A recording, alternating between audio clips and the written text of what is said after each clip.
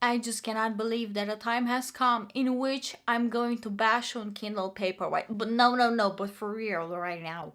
I returned my Kindle Paperwhite, and this is why. Hello, people, and welcome back to my booktube. I'm Roxy, and today we're going to talk about Kindles and why I returned my Kindle Paperwhite. Maybe you know, maybe you don't know, but I will tell you eventually so that you would know. I am a user of Amazon Kindle, the basic version. I don't have any stickers. I'm having only the cover. I'm having this puffy with super puffy interior and with zip, and also this one is the pocket for the cable, and I'm having and carrying around at work when I'm sipping my coffee with my friends, but then the conversation just ends up being nothing and I pull up this, reading in the subway, and when I'm commuting, when I'm going into the trips, yada yada, you know, examples. And now you're asking me, okay, so if you're reading so much, why did you return your Kindle Paperwhite? Well, I know that it was the best choice for me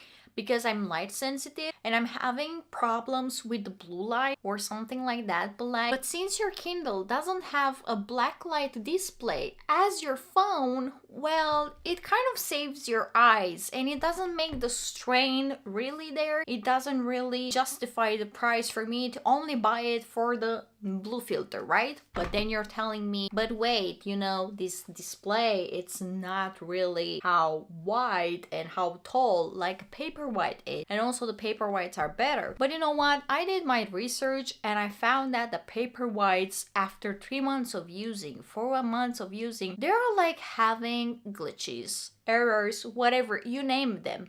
You just named them. But I couldn't stand the fact that in my country, as we don't have Amazon.com or any Amazon, and I'm literally shipping from another country, or like my friends are buying the things for me, I could not buy directly from Amazon and then return it. So that would be a problem because no one would repair my Kindle. I feel like it's more light, it's easier to carry in your bag, it fits every bag, and believe me, I am carrying around a backpack that usually it's a little bit bigger than this, just a little bit bigger than this, and I'm having a lot of stuff and also for work, but this is like the perfect size for it. Just look at it, it's almost like my hand. It's just so perfect. Also, I found out that my Kindle, this tiny shit, it's more intense brightness wise because when I pulled up the Paperwhite, I usually am reading on 12 the brightness or on 10th the brightness if I don't know, I'm having my lights turned on or something like that, or I'm at work. But just remember that I was at brightness 14 or 16 on Kindle Paperwhite and I was like, wait, this is way dimmer than my Kindle Basic, and it was so weird. And I kind of went to read 1 or 2 chapters and I felt like my eyes were kind of not really straining, but I felt like they were kind of tired because I felt like the brightness level wasn't right for me, and I kind of was more juggling with the brightness level rather than just reading. So that was an issue for me also. Another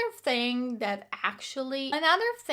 really made me return it was the warmth was great. I think one of the best decisions I ever made was to goddamn try it because I kind of was able to pinpoint the pros and the cons of having the Kindle Basic and the Kindle Paperwhite, and I kind of knew where I stood. I kind of knew where I stood because it was like for so many days and so many months since I bought this. I owned this for only 4 months, and I was like, you know what? Probably it's going to be the best. Probably Paperwhite because it's wider. I'm going to read more, and it's going to help me with the light sensitive issue that I'm having, and it's going to be great, and it's going to have the warmth level. But I didn't try, and I was like, okay, I want it, but also the price doesn't justify for the small things that I'm literally looking into. And also the waterproof, I just love that it's dust proof and waterproof, but like, I'm not going with this near a pool. I'm not going with this just to swim. I'm not reading underwater. I'm not reading in the shower. I don't own a bath. I'm owning a shower. So there was like literally no point for me to buy it. Yes, of course, if you're reading in the back, if you're reading next to a pool, if you are reading a lot, if you want a wider screen, if something. And also, speaking of screens, the screen is flushed. It doesn't have these bezels right here that you can see, and the screen is kind of pushed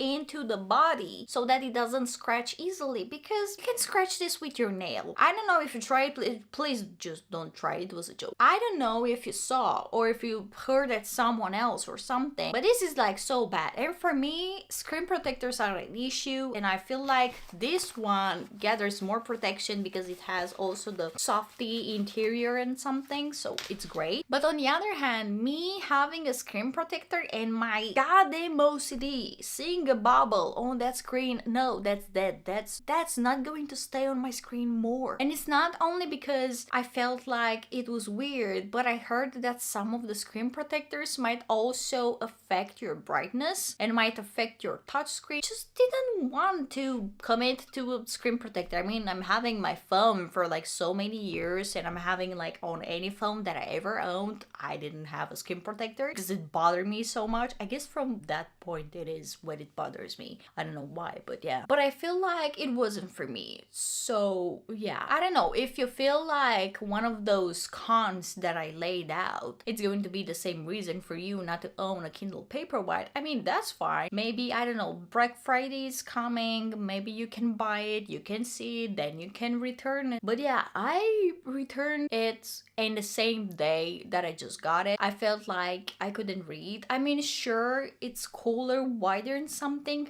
but the fact that it was not so portable and I couldn't stick it in any of my bags or something like that. And also, by the way, I haven't mentioned my Kindle is the Amazon Kindle. I believe it's the 11th generation, 2022 is the last one. Well, actually not the last one since they released the new ones, but it's the last one, black and white or grayscale or you name it. You know, not the color soft ones. But yeah, in a nutshell, I feel like the portability really sucked for me. And this was one of the biggest downside, besides huge price tag, of course, that didn't justify for me only to have waterproof, but I kind of didn't use the waterproof aspect of it, you know? Everything was revolving around the warmth level adjustment that I could make to the brightness, but I felt like it wouldn't justify for me to go and pay that price tag. So yeah, if you're having the money and you want to experiment and I don't know, it's discounted for Black Friday, just go ahead, try it a bit, try it maybe 1 week, maybe half a week, or if you have the money to splurge. But I hope this video helped you. Leave a comment below with which Kindle are you having right now or using, or do you maybe plan on buying a Kindle if this helped you somehow. And see you in the next video every Saturday. Bye bye. Happy reading.